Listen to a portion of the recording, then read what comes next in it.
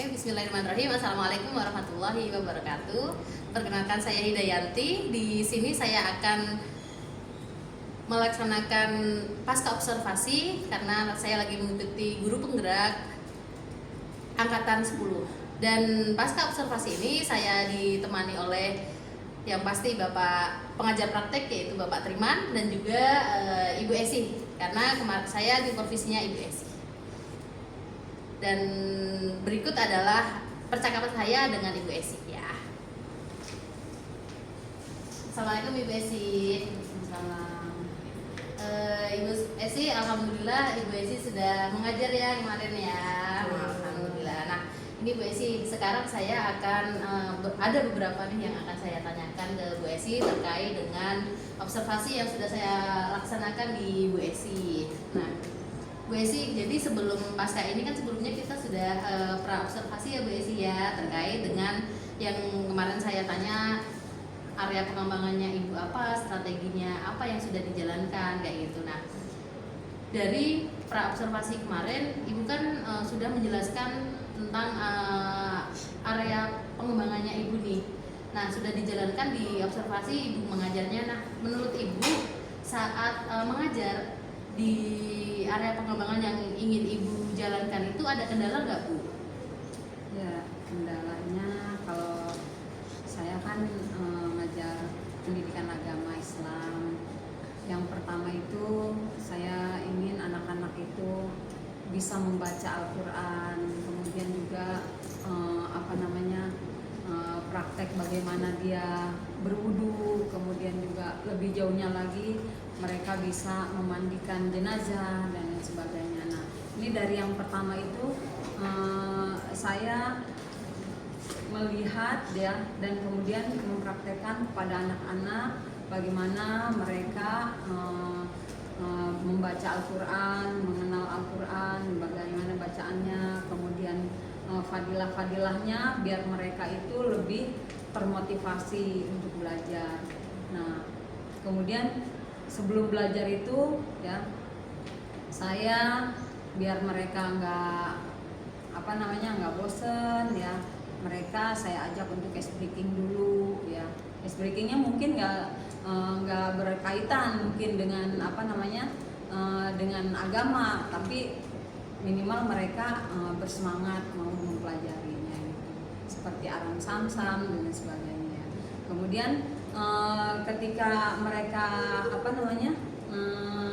belajar membaca Al-Quran, karena di wilayah kita ini rata-rata anak-anak SMP ini dianggapnya sudah besar dan dia nggak lagi mengaji gitu. Nah, ngajinya itu hanya sampai sebatas kelas 6 SD gitu. Beberapa anak aja yang masih mau ikut pengajian gitu. Nah, jadi kendala-kendalanya ini banyak anak-anak yang belum mampu dengan baik membaca Al-Quran.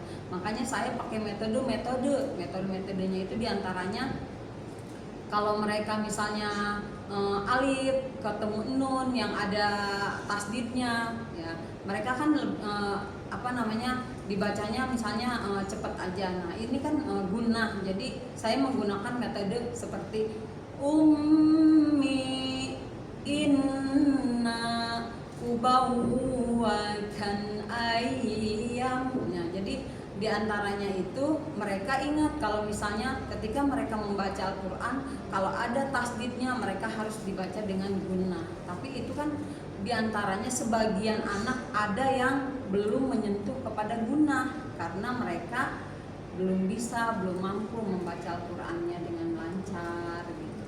Nah, kendalanya itu yaitu saya harus flashback lagi. Jadi anak-anak ini saya bikin berkelompok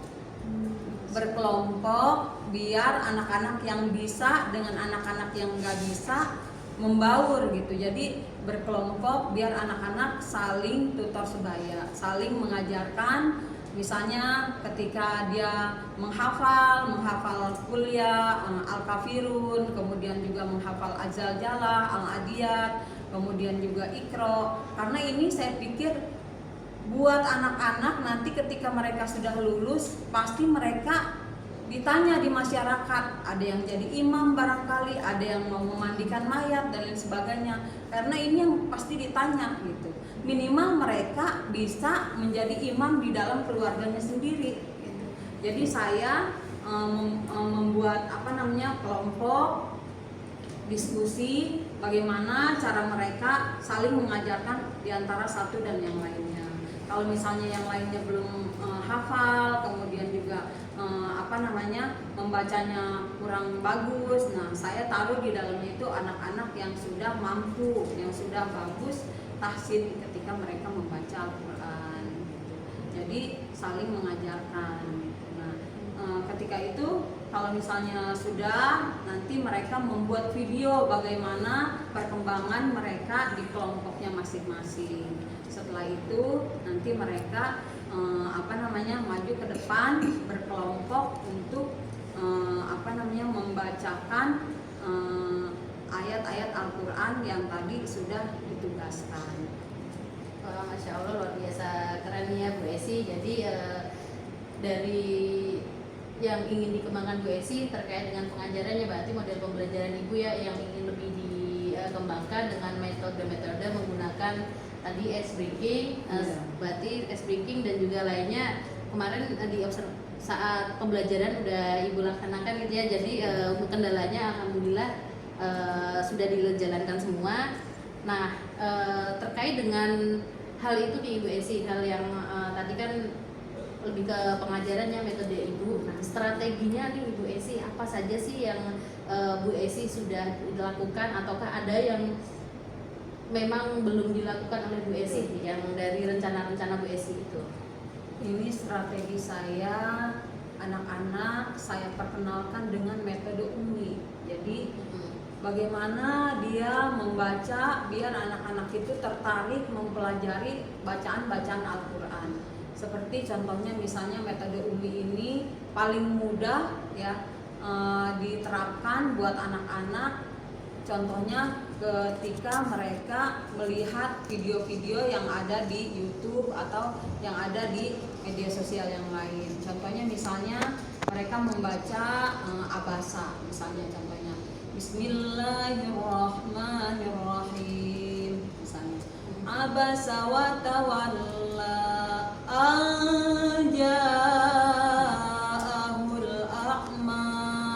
Itu kan dari bacaan-bacaan yang mereka pelajari masing-masing, dilihat di videonya mereka masing-masing ya, itu mereka terbantu dengan adanya panjang pendeknya. Jadi nggak berlebihan gitu, nggak sesuai dengan dialektika yang mereka punyai. Misalnya, oh di kampung saya panjangnya segini Bu, di kampung saya panjangnya segini. Tapi dengan metode Umi kita bisa menyamakan persepsi bahwa kalau satu harokat, dua harokat, tiga harokat dibacanya seperti yang ada pada metode Umi.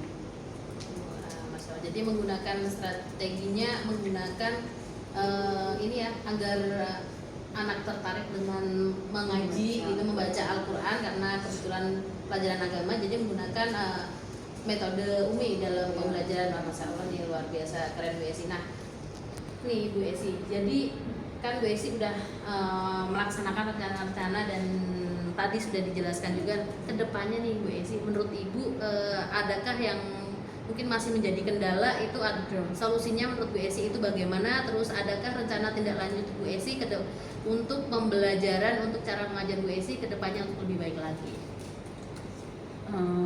Saya pengen tujuan saya ya, saya pengen anak-anak itu minimal dia tahu bahwa Al-Quran ini adalah satu-satunya teman buat kita nanti di kuburan, karena kita ini makhluk akhirat gitu.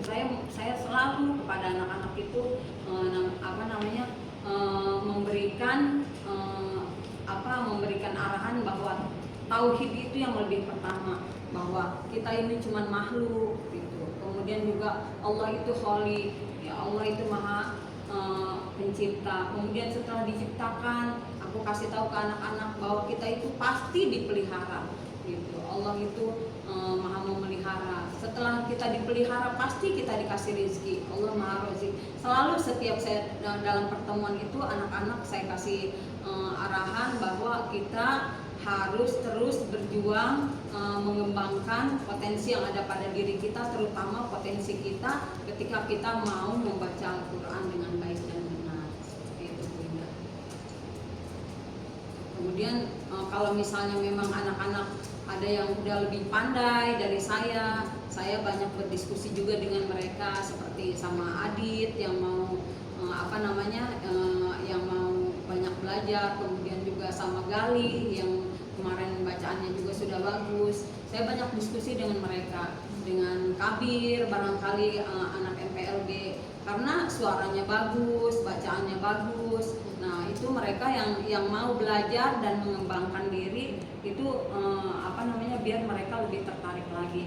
Begitu juga kalau misalnya dia lagi males, lagi ini, saya tanya, kamu senang sholawatan nggak? Kita sholawatan gitu. Nah biar apa? Biar mereka itu nggak bete di dalam kelas. Nah jadi tujuan pembelajaran saya ini minimal anak itu ngerti bahwa dia itu membaca Al-Quran itu wajib bisa gitu. Wajib bisa buat diri dia sendiri, karena dia nanti bakal jadi pemimpin. Yang perempuan bakal jadi ibu, yang buat anak-anaknya, yang laki-laki bertanggung jawab buat keluarganya. Kalau dia nggak bisa baca Al-Quran, bagaimana dengan anak dan keluarganya? Jadi titik berat saya itu ya itu yang pertama itu bagaimana anak bisa membaca Al-Quran. Berarti ya ibu ingin lebih memotivasi anak ya, sama ibu mengadakan diskusi kelompok. Apakah ada rencana lain ibu selain dua hal ini, selain memberikan motivasi sama diskusi kelompok ibu? Saya kalau buat anak yang yang punya prestasi gitu, tanya Arab, kalau saya lebih suka tuh anak saya kasih reward anak-anak gitu.